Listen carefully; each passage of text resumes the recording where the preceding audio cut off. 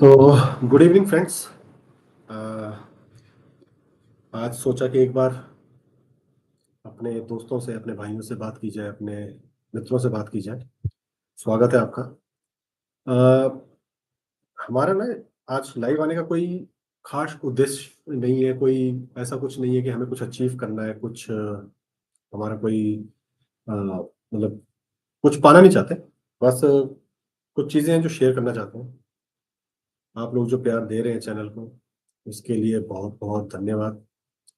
काफ़ी लोग जो भी देख रहे हैं, जो भी व्यूअरशिप हमारे पास आ रही है, उससे एप्रिसिएशन इतना अच्छा मिल रहा है कि लोगों को लग रहा है कि पहली बार उन्हें सॉल्यूशंस मिल रहे हैं उनकी डिप्रेशन, एंग्जायटीज़ के। या लोगों को इस चीज़ से भी अ, एक ना निजात मिल रही है कि कुछ लोगों को लगता था कि हम डिप्रेशन में हैं, पर वो डिप्रेशन में नहीं है। वो भी उन्हें समझ में आ रहा है कि छोटी-छोटी चीज़ों को आप डिप्रेशन नहीं समझ सकते, है ना? तो कुछ चीज़ें हैं, एक जर्नी है, ये कैसे स्टार्ट हुई, कैसे शुरू हुई। इस जर्नी में हुआ है ऐसा कि कुछ टाइम पहले ना एक दोस्त ही है हमारा, डीएनडी पे खड़ा था, जान देने के लिए बड़ा कि भई मैं कूद जाऊँगा यमुना में। और उसी टाइम शायद मेरा फ़ोन चला गया लकीली। और जब मेरा फ़ोन गया तो उसने बात करनी शुरू करी मुझसे। मैंने पूछा कहाँ है? तो कहता कि मैं खड़ा हूँ डीएनडी के ऊपर कूदने के लिए। फिर मुझसे बातचीत शुरू की उसने। बात करते-करते उसे अपनी चीज़ें सुनाते-सुनाते वो रोने लगा। और ख़ैर हमने उसको समझाया, उसे चीज़ों से रूबरू कराया, जीवन की सच्चाइयों से रूबरू कराया और उसे समझा-बुझा के हम उस डीएनडी से निकाल के ले आए। एक ना अ, मूवी देखी थी बहुत पहले। आई थिंक राहुल बोस थे उसमें। और मूवी का नाम मुझे अभी याद नहीं आ रहा है, लेकिन उसमें ना वो बहुत डिप्रेशन में रहते थे, मरना चाहते थे।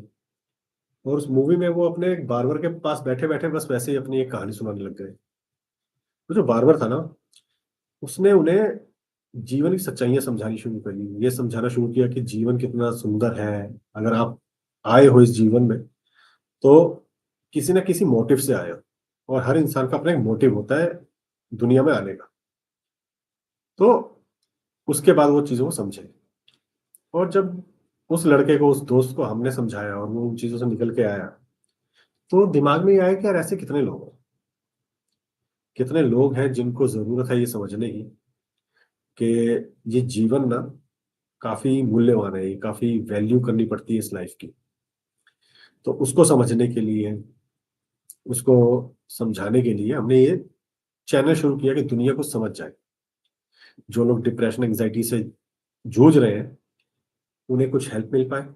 और जो बाकी लोग भी हैं ना, जिनके आस-पास लोग डिप्रेशन में हैं, उन्हें समझ में आए कि कैसे लोगों को आपको सपोर्ट करना है और कैसे ये पहचानना है कि आस-पास आपके जो लोग हैं, वो डिप्रेशन अगर एंग्ज़ायटी में हैं, तो कैसे उससे लड़ा जाए।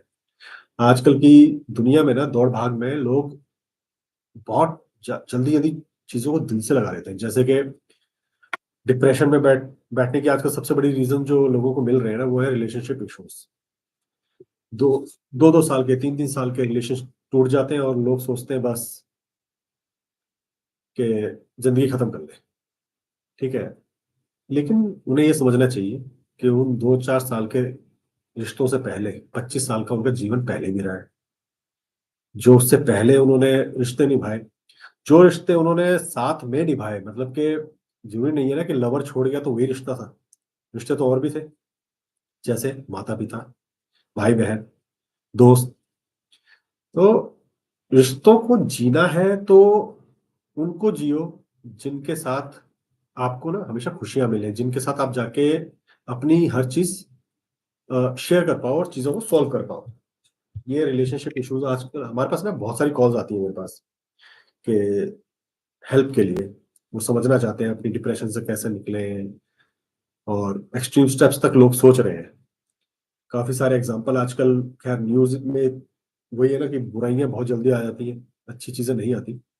तो न्यूज़ में आप लोगों ने भी देखे होंगे कुछ ऐसे एग्ज़ाम्पल्स, जैसे अतुल सुभाष जी का था, उसके बाद भी 2-3 केसेज़ हुए। और उसके बाद चीज़ों को लोगों ने ना ये समझना शुरू कर दिया कि यार ये शायद यही अंत है दुखों का, लेकिन ऐसा नहीं है। वही चीज़ समझाने के लिए चैनल शुरू किया गया। कुछ लोग, काफ़ी समझदार लोग हमारे पास आए, जिन लोगों ने दुनिया को समझा रखा है पहले भी, और हमारे चैनल के माध्यम से भी उन्होंने समझाया है ये लोगों को, और उसकी ना काफ़ी मदद मिली हमें उस चीज़ से। और अच्छी बात ये है इस चैनल पे कि लोगों को सॉल्यूशंस मिल रहे हैं। वो इस चीज़ में नहीं अटके हुए कि यार ये सामने वाले खुद को बेच रहे हैं। ज़्यादातर पॉडकास्ट पे आपने देखा ही होगा, चाहे वो, पर हम तो हर तरह का, हर फील्ड को लेके चल रहे हैं। आपने देखा ही है हमारे चैनल्स पे, ऐसा नहीं है कि हम स्पेसिफिक है कि भाई नहीं डॉक्टर से ही बात करनी है, या साइकोलॉजिस्ट से बात करनी है, या फिर ओनली एस्ट्रोलॉजर से बात करके एस्ट्रोलॉजिकल आपको सॉल्यूशंस देने हैं। ऐसा नहीं है।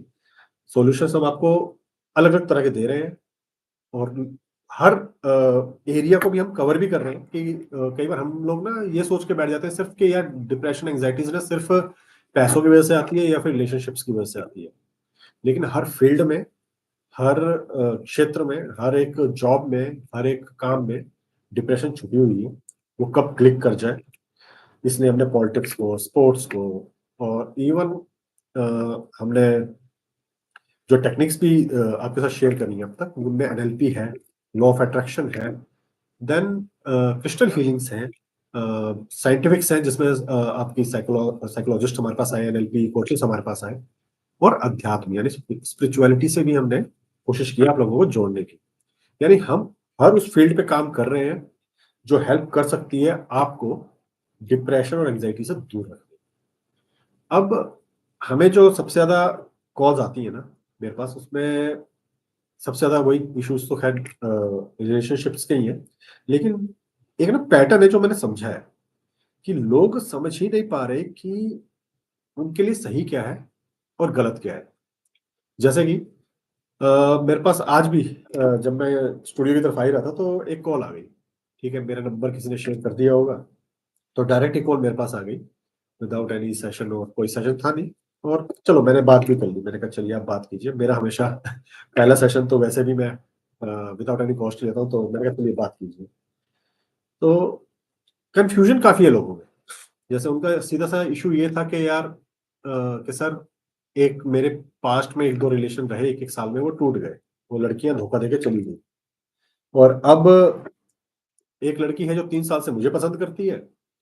पहले मेरा इंटरेस्ट नहीं था, अब पिछले 5-6 महीने से इंटरेस्ट बनना शुरू हुआ है ये वो, और अब वो शादी की बात चल रही है, मेरे घर वालों को थोड़ा सा ऑब्जेक्शन है, और वो लड़की ना बड़ी जल्दी अ, मतलब कि गुस्से में आ जाती है, वो चिड़चिड़ी हो जाती है कि उसके घर पे शादी की बात चल रही है, कह रहे हैं कि कब करोगे, कब करोगे, और वो मुझसे लड़ती है इस चीज पे। तो मैंने उसको भी समझाया यार तुम क्या चाहते हो, पहले तो ये समझो, है ना, कि भाई अगर, और यही हर इंसान की कहानी है, सबसे पहले ये समझो कि आप क्या चाहते हो। क्योंकि जो चीज आप चाहते हो, अगर उसके लिए आप काम करोगे, उसको पाने के लिए, उस चीज को अचीव करने के लिए अगर आप काम करोगे, और ये सिर्फ रिलेशनशिप्स के लिए नहीं है, ये बाकी चीजों के लिए भी है। आप जॉब्स की बात करो, आप बिजनेस की बात करो, अगर आप क्लियर नहीं हो ना कि आप क्या चाहते हो, तो मुझे नहीं लगता कि कुछ भी अचीव कर पाओगे। पहले खुद को क्लियर करो। उसकी एक सबसे आसान टेक्निक पता क्या है? किसी भी शाम को या रात को खाना खाने के बाद, सोने से पहले, अपने रूम में शांति से बैठो, और जो भी काम को लेके आपके मन में कंफ्यूजन है, जिस भी चीज को लेके कंफ्यूजन है, उसके बारे में ना सोचो आंखें बंद कर। फिर जिस भी भगवान को आप मानते हो, उनका नाम लो, 3 बार सांसें, गहरी सांसें लो, और एक पेपर ले लो। उस पेपर पे ना 2 कॉलम बनाओ। एक साइड लिखो कि अगर ये चीज जो भी आप अचीव करना चाहते हो वो अचीव हो गई, तो वो आपको कैसे हेल्प करेगी, और अगर वो अचीव नहीं हुई तो आपके साथ क्या हो, यानी आपकी लाइफ में चेंजेस क्या आएंगे उसके अचीव कर लेने पे भी, और उसके अचीव ना होने पे भी। तो आप ये क्लियर हो जाओगे कि आप क्या चाहते हो, क्या आपकी लाइफ में फर्क पड़ता है उस चीज से। तो जब आप ये काम कर लोगे, जब आप ये चीजें अपने माइंड को क्लियर कर लोगे ना, तो रास्ते आपके अंदर ही छुपे हुए हैं उनको पाने के लिए। आप क्या चाहते हो, वो चीजें एक बार यहां से क्लियर कर लो। ठीक है, जब यहां से क्लियर हो जाओगे ना, तो हर चीज आपको यहां से सुकून दे देगी। बस इतना अगर आप कर लेते हो ना, तो वही चीज के जब आप एक बार अपने माइंड को क्लियर करो, आप सामने वाले को ब्लेम करने से पहले, सामने वाले के बारे में कुछ भी गलत सोचने से पहले, आप खुद को पहले ये देखो कि आप कहाँ खड़े हो। समझ रहे हो? जैसे उस लड़के को मैंने कहा कि पहले आप क्लियर हो जाओ कि आप शादी करना चाहते हो।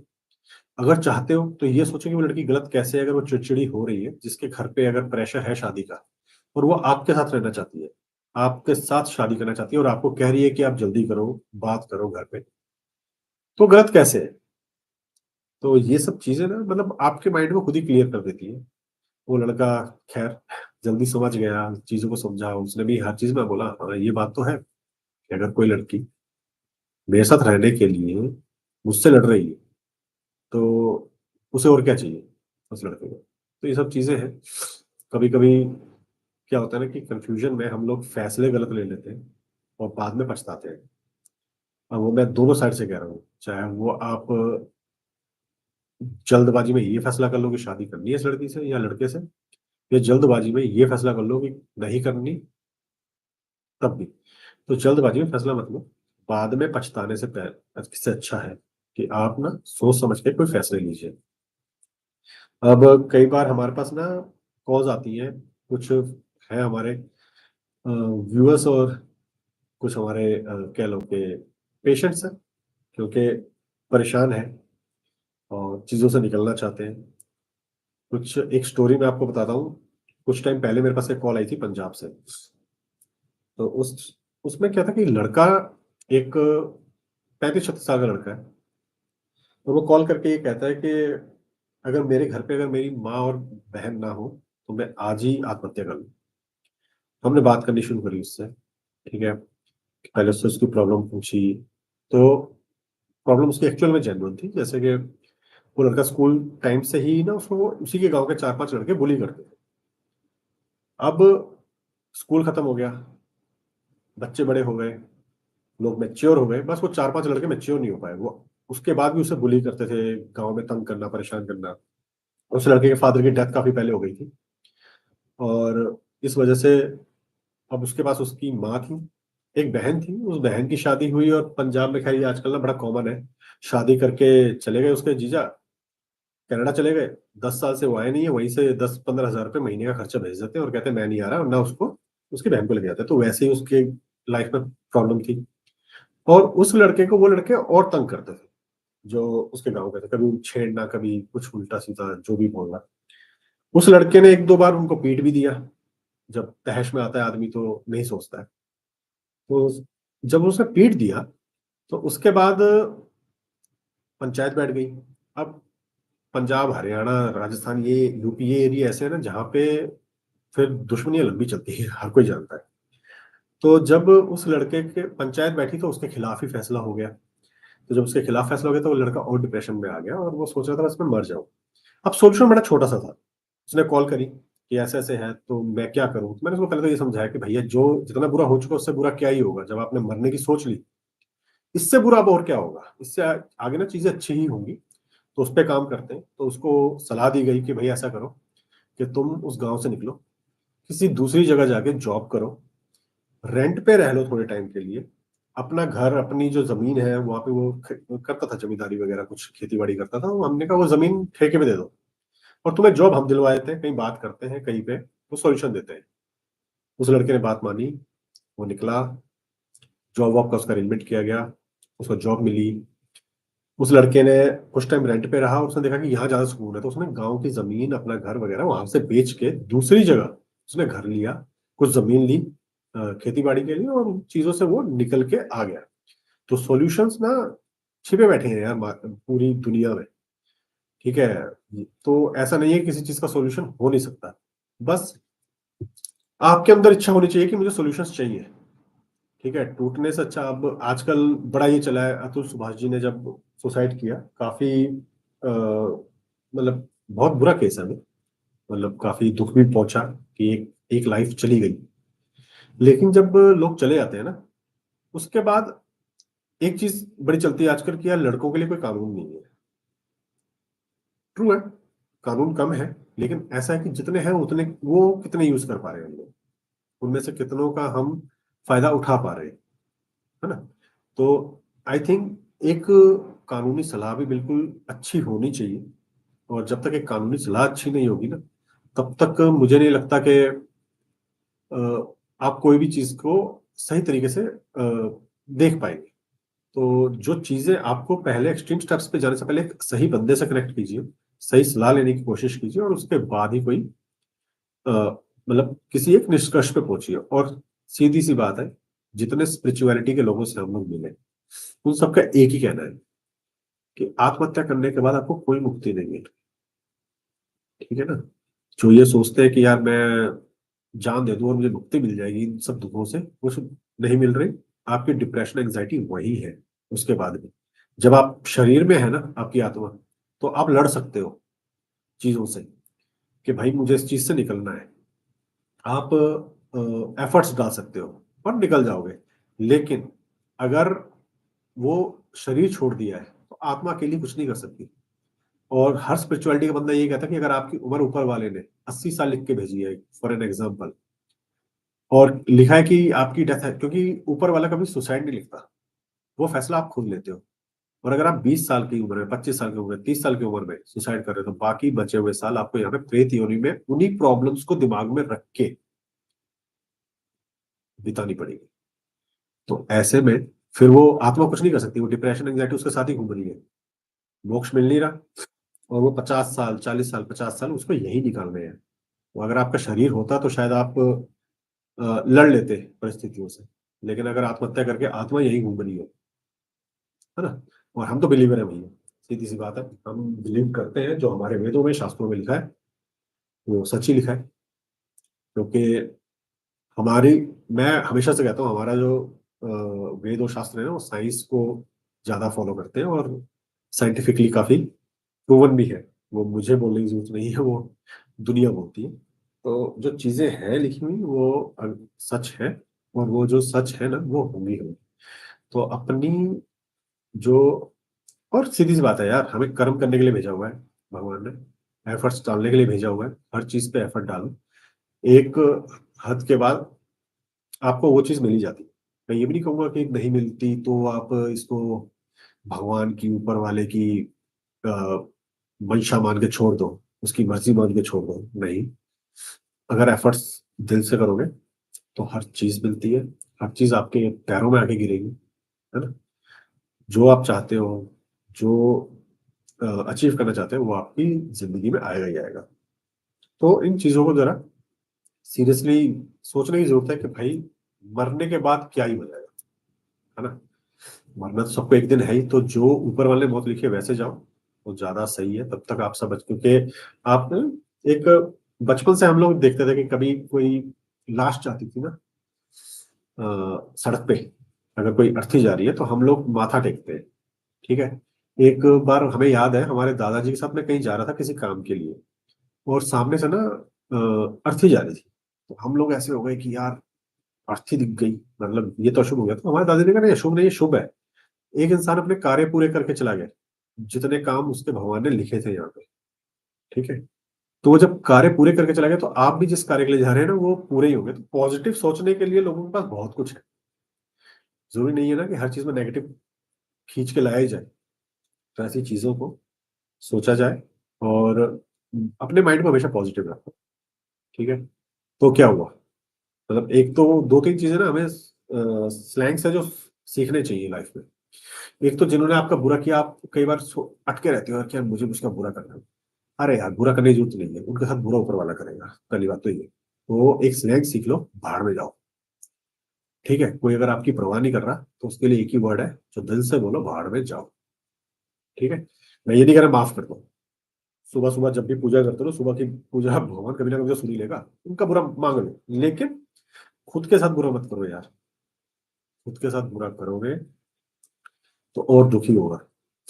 समझ रहे हो? आपको दुख होगा, आपके आस पड़ोस के लोगों को दुख होगा। आप ना 2 दिन खाना मत खाओ घर पे रात को। एक ही एक्सपेरिमेंट करना कोई भी, कि 2 दिन आप घर जाने के बाद खाना मत खाओ। तीसरे दिन ना माँ फिक्र में आ जाती है, यार ये खाना क्यों नहीं खा रहा। समझ रहे हो? तो जो माँ आपके 2 दिन खाना ना खाने पे इतनी फिक्र में आ जाती है, सोचो, जब वो आपको परेशान देखती है या आप कोई एक्सट्रीम स्टेप उठा लोगे, कुछ कर लोगे, उसकी क्या हालत हो? कभी हम लोगों को ना एग्ज़ाम्पल्स की बड़ी वो पड़ जाती है, आदत सी पड़ जाती है।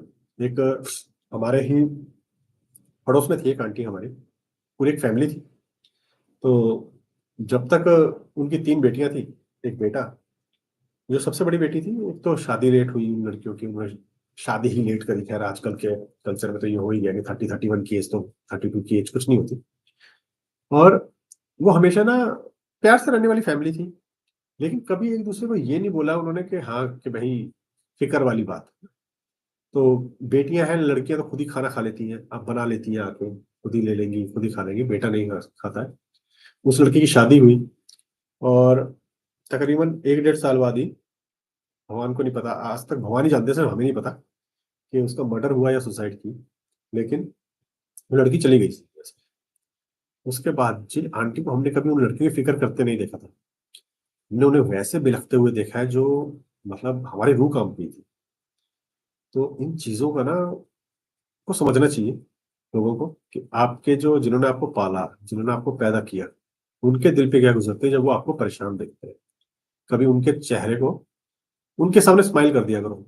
देखना कि उनके चेहरे की स्माइल जो आएगी ना आपकी स्माइल के बाद, वो आपकी सारी डिप्रेशन, एंग्ज़ायटीज़ को दूर कर देगी। तो ये चीज़ें हैं। बाकी हमने ये चैनल स्टार्ट ना, मतलब ऐसा नहीं है कि ये कोई अभी तो सिर्फ़ ये हुआ कि जब एक केस ऐसा हो गया दोस्त के साथ, तो हमने डिसाइड किया यार हमने एक की लाइफ़ बचा ली, तो ऐसे कितने लोग हैं, उन सबकी लाइफ़ बचाते हैं। लेकिन ना शायद ये जो कहते हैं ना कड़ी, ये लिखी गई थी कॉलेज टाइम से ही। हमारा एक दोस्त है क्षितिज, क्षितिज सक्सेना, आजकल उन्हें बड़े अवार्ड्स मिल रहे हैं वेस्ट मैनेजमेंट में। लेकिन उस टाइम हम लोग ना कई बार नुक्कड़ नाटक वगैरह के लिए जाते थे। उसके मामा जो हैं वो एनएसडी में डायरेक्टर भी थे, तो हम एनएसडी चले जाते थे। तो कई बार चीज़ें लिखते थे। तो एक एक बार नुक्कड़ नाटक ही लिखा गया था, जो उसने लिखा था वो था सुसाइड्स को रोकने के लिए, डिप्रेशन, एंग्ज़ायटीज़ के खिलाफ। और बड़ी अच्छी राइटिंग की थी उसने। उसके बाद हमने कुछ उसकी एक मैगज़ीन थी, उसको भी उसपे भी हमने काम-वाम करना शुरू किया। ख़ैर हम तो इतना क्या राइटिंग वग़ैरह करते थे, लेकिन उसके साथ जुड़े रहते थे। तो हम कई बार सोचते थे यार ऐसा काम करना है कि जिससे ना लोगों को हेल्प मिले। और उन दिनों एक्चुअली हमारा एक दोस्त था विपुल, वो डिप्रेशन में चला गया क्योंकि उसने एमसीए के फॉर्म भरे थे पूसा से, और बीसीए का लास्ट सेमेस्टर में उसने 1-2 सब्जेक्ट में वो फेल हो गया था। तो उसकी एमसीए कैंसल हो गई थी। तो जब वो कैंसल हुई तो वो डिप्रेशन में चले गए भाई साहब। और हम मिलने गए थे एक बार, हमें याद है। हम 3 दोस्त थे, मैं, क्षितिज, रजत, और वो बैठा हुआ था, हमसे बात कर रहा था। बात करते-करते बिल्कुल स्टिल हो गया और गिर गया। और हमें समझ में नहीं आई कि ये क्या हुआ। और हम, अगर आजकल के हम लौंडों की भाषा में बात करें तो हमारी तो भैया फटके 4 हो गए। और हम उसके पापा को बुला रहे हैं कि भई अंकल, अंकल, अंकल देखो ये क्या हुआ? तो उन्होंने कहा कि बेटा डिप्रेशन में है, कभी-कभी ऐसा हो जाता है। तो तब हमने सोचा था यार नहीं, अगर ये चीज़ होती है डिप्रेशन में तो इस पे काम करना चाहिए। तो इसलिए हम लोग लगे हुए हैं, कुछ ना कुछ करेंगे। और तो तब से ये जो लिखी गई है ना, एक पटकथा कह लो, उस टाइम से लिखी गई, वो आज जाके साकार हुई है। कर रहे हैं कोशिश। क्षितिज भी आजकल अलग-अलग कामों में लगा ही हुआ है, वो भी कभी ना कभी जुड़ेगा इस काम से। और यही है कि बस लगे हुए हैं लोगों के लिए और लोगों की हेल्प कर रहे हैं। जिनको भी प्रॉब्लम्स हैं, जो भी डिप्रेशन, एंग्ज़ायटीज़ में हैं, आप किसी भी समय, किसी भी टाइम कनेक्ट कीजिए। ठीक है? अलग-अलग हमने कॉन्टैक्ट डिटेल्स दे ही रखी है ऑल ओवर द प्लेटफ़ॉर्म्स, है ना? तो कनेक्ट कीजिए, अगर कोई प्रॉब्लम है तो उसे सॉल्व करेंगे, है ना? एक सबसे बड़े जो डिप्रेशन से निकलने वाले डॉक्टर हैं, वो है डॉक्टर कृष्ण। तो कृष्ण भी जब अर्जुन डिप्रेशन में थे ना कि अरे यार! मैं कैसे लड़ूँ? मेरे अ, अब ऐसे में क्या होता है कि यहाँ फ़र्क पता चलता है नर का और नारायण का। अ, हम लोग वैसे, मैं कह तो रहा हूँ लोगों को कि एंग्जाइटीज, डिप्रेशन से दूर रहो, ये चीज़ों की फ़िक्र मत करो, पर हम इंसान हैं। और इंसान क्या करते हैं ना कि चीज़ों को अ, दिल से लगा ही लेते हैं, है ना? क्योंकि अब मैं अर्जुन का एक एग्ज़ाम्पल देता हूँ कि पूरी की पूरी गीता सुनाई कृष्ण जी ने, जब वो अपना कर्म नहीं करना चाह रहे थे। उन्हें बताया कि कर्म करो ये वो, और ये जीवन मृत्यु सब मेरे हाथ में है, ठीक है। और ये कोई तुम्हारा भाई, कोई तुम्हारे काका, कोई तुम्हारे तातश्री, कोई कुछ नहीं है, सब मेरे ही रचे हुए लोग हैं, है ना, मेरी रचना है ये सारी, तुम्हारा कुछ नहीं है। तो तुम सिर्फ कर्म करो, तुम्हें कर्म करने भेजा हुआ है। पूरी गीता समझने के बाद अर्जुन ने युद्ध करना शुरू किया। और फिर एक दिन आता है जिस दिन अभिमन्यु शहीद हो जाता है। जब अभिमन्यु को को मतलब जब वीर गति को प्राप्त हुए, तो अर्जुन आए और लिपट लिपट के रोने लगे अभिमन्यु से, और कृष्ण जी हंस दिए। और साथ में खड़े युधिष्ठिर ने कहा कि आप हंस रहे हैं, और यहाँ मेरा भतीजा जो है वो वीरगति को प्राप्त हो गया है। तो कृष्ण जी ने कहा, ये अर्जुन जो रो रहा है ना, इसको अभी मैंने कुछ दिन पहले पूरी गीता सुनाई थी और पूरी गीता का सार दिया था, और समझाया था ये सब मोह माया है, ये कुछ नहीं है, सब मेरी रचना है, ये होना है। उसके बाद भी ये रो रहा है, ये मोह से निकल नहीं पाया है। तो जब अर्जुन नहीं निकल पाया, तो ऑब्वियसली हम कहाँ निकल पाएंगे, हम तो तुच्छ प्राणी हैं। लेकिन फिर भी कोशिश तो कर ही सकते हैं, है ना। डिप्रेशन एंग्जाइटीज, हर कोई ये सोचे जो आज है ना डिप्रेशन एंग्जाइटीज में, आपके पास कुछ साल पहले भी कुछ ना कुछ ऐसी सिचुएशंस आई होगी जब आपको बहुत बुरा लगा होगा और आप डिप्रेशन एंग्जाइटीज में गए होंगे, या आपको कुछ दिन तो भूख भी नहीं लगी होगी, कोई ना कोई एक ऐसा इंसिडेंट तो हुआ होगा। आज उस इंसिडेंट के बारे में सोचोगे ना तो हंसी आएगी आपको कि अरे यार, मैं भी किस चीज के लिए, किसके लिए पागल हो रहा था। समझ रहे हो?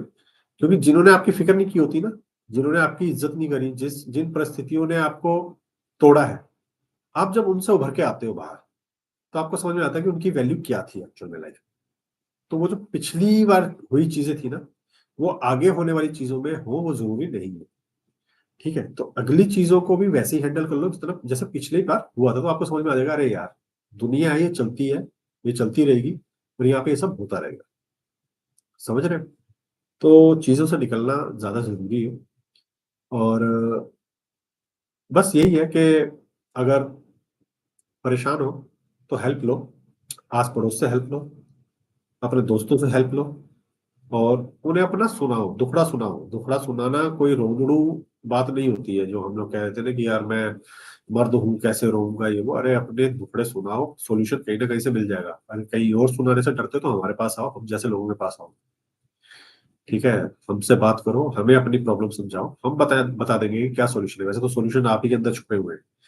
मैं हमेशा कहता हूँ कि अगर आप किसी आदमी को 1 घंटा सुन लो उसकी प्रॉब्लम्स को, तो एंड में वो यही कहता है, अगर मैं ऐसा करूंगा तो मुझे पता है मैं ठीक हो जाऊंगा, पर मैं करूँ कैसे? तो जब पता है ना कि ऐसा करने से हो जाओगे, तो वो करो और ठीक होने की कोशिश करो। समझ रहे हो? तो यही चीजें हैं। और बाकी आप लोग आप लोगों के लिए भी एक है इन्फॉर्मेशन है कि आगे हमारे पास कुछ बड़े बड़े पॉडकास्ट आ रहे हैं। स्टूडियो हमने चेंज किया है, हम नए स्टूडियोज में आ गए हैं अपने, और यहीं से पॉडकास्ट भी शूट करेंगे। और कोशिश करेंगे कि आपके सारे सवालों के जवाब आप तक पहुंचे। जो लोग एंजाइटीज में हैं, डिप्रेशन में हैं, उनको कुछ ना कुछ हेल्प मिले। अलग अलग टेक्निक्स पे हम बात करेंगे। और हमारा प्लान ये चल रहा है कुछ टाइम बाद कि सिटी बाय सिटी ना हमारे सेमिनार्स हम लोग कंडक्ट करेंगे। डिप्रेशन, एंजाइटी, स्पिरिचुअलिटी, अलग अलग टॉपिक्स पे होगा। 2 से 3 दिन का सेमिनार हुआ करेगा सिटी बाय सिटी। और उसमें हम अलग अलग फील्ड से, अलग अलग क्षेत्र से लोगों को बुलाएंगे एज अ गेस्ट, जो अ, आपको कुछ टेक्निक्स बताएं डिप्रेशन, एंजाइटी से निकलने की, या फिर आपको कुछ ना कुछ एक ज्ञान दे दें। और उस पे हम काम कर रहे हैं। तो आने वाले 2-3 महीनों में हम सिटी बाय सिटी सेमिनार शुरू करेंगे। कुछ हम इवेंट्स कंडक्ट करने लगे हैं। जैसे कोई लोग लाइफ में ना इतने बिजी हो जाते हैं कि उन्हें पता नहीं कि लाइफ एंजॉय कैसे करनी है। तो उस लाइफ को एंजॉय करने के लिए हम लोग अलग अलग इवेंट्स रखने वाले हैं, जो आपकी डिप्रेशन एंजाइटीज को भी कम करेगा, आपके स्ट्रेस को कम करेगा, जो रोजमर्रा का स्ट्रेस है। तो उसमें हमारे जो हम अगला प्लान कर रहे हैं that will be in Goa. कि गोवा में हमारा 2 डेज का या 3 डेज का एक कैंप लगेगा, किसी भी एक होटल में या कहीं पे। और वहाँ पे अलग-अलग इवेंट्स होंगे, वहाँ पे लोग आ सकते हैं, अपने स्ट्रेस को कम कर सकते हैं, अलग-अलग टेक्निक्स स्पिरिचुअलिटी से related yogas and meditations and all. कुछ फन एक्टिविटीज़ वगैरह वहाँ पे होंगी और उस चीज़ को हम देख रहे हैं कि कैसे-कैसे और इन्फॉर्मेशन आप तक अलग-अलग प्लेटफ़ॉर्म से पहुँचती रहेगी थ्रू इंस्टाग्राम, यूट्यूब, फेसबुक।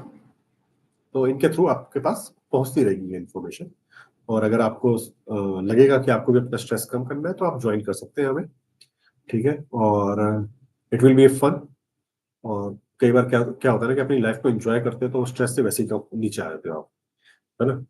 तो इन चीज़ों पे काम कर रहे हैं, ये सिटी बाय सिटी इवेंट्स पे काम कर रहे हैं और हम कुछ वॉलंटियर्स भी ढूँढ रहे हैं।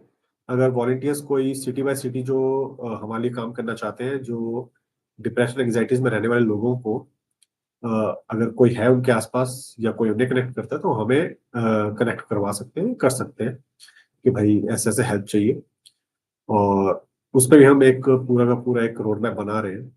वो जल्दी शेयर करूँगा किसी न किसी वीडियो में और तब तक के लिए बस अपने आस-पास के लोगों का ध्यान रखिए। अपने आस-पास के लोगों पे ये नोट कीजिए कि कहीं उनका एटीट्यूड तो चेंज नहीं हो रहा, उनका कहीं जो बिहेवियर है, वो कहीं ऊपर-नीचे तो नहीं हो रहा क्योंकि जब भी बिहेवियर चेंजेज़ होते हैं ना, हम लोग उसको सिर्फ़ एटीट्यूड और घमंड ही समझ लेते हैं, कई बार कि यार ये बात नहीं कर रहा। लेकिन वो बात क्यों नहीं कर रहा, उस चीज़ को समझिए। उस चीज़ से निकलने की उनको निकालने की कोशिश कीजिए और अगर कोई भी सवाल हो, किसी को कोई हेल्प चाहिए हो, तो हमारे कॉन्टैक्ट डिटेल्स है ही। आप इंस्टाग्राम पे डीएम कर दीजिए, हम आपको रिप्लाई कर देंगे। आप अ, फेसबुक पे डीएम कर सकते हैं हमें, ठीक है? कनेक्ट कीजिए, यूट्यूब पे कुछ वीडियोज़ पे हमारी कॉन्टैक्ट डिटेल्स वगैरह हैं, वहाँ से हमें कनेक्ट कीजिए और कोशिश करेंगे कि आपकी प्रॉब्लम्स को हम समझ पाएँ, उनसे आपको निकाल पाएँ और चीज़ों को दुनिया को बेहतर किया जाए, ठीक है? आज जब मारा-मारी की दुनिया में कोई किसी के पास कोई टाइम नहीं है एक-दूसरे के लिए, उस टाइम पे हम बीच-बीच में कुछ ना कुछ चीज़ें निकालते रहेंगे, जो आपको हेल्प करेंगी, आपके स्ट्रेस को कम करेंगी और बीच में हम मैं बात भी कर रहा था, जो हमारे सेमिनार्स होंगे, उनमें हम कुछ स्टैंड अप कॉमेडियंस को भी बुलाएँगे, जिनको सुन के आपको अच्छा भी लगेगा, आपको हँसी भी आए। तो हर तरह से, हर टेक्निक से को यूज़ करके हम आपको जितना हो सके हेल्प कर पाएँगे। तो इन्हीं शब्दों के साथ ठीक है दोस्तों, thank you for joining and hope कि आपसे प्यार मिलता रहेगा। सब्सक्राइब कीजिएगा चैनल को, ज़्यादा से ज़्यादा शेयर कीजिएगा और जिनको हेल्प है उन तक ये चैनल ज़रूर पहुँचाइएगा। उन्हें कहीं न कहीं मदद ही मिलेगी। तो इन्हीं शब्दों के साथ थैंक यू, थैंक यू।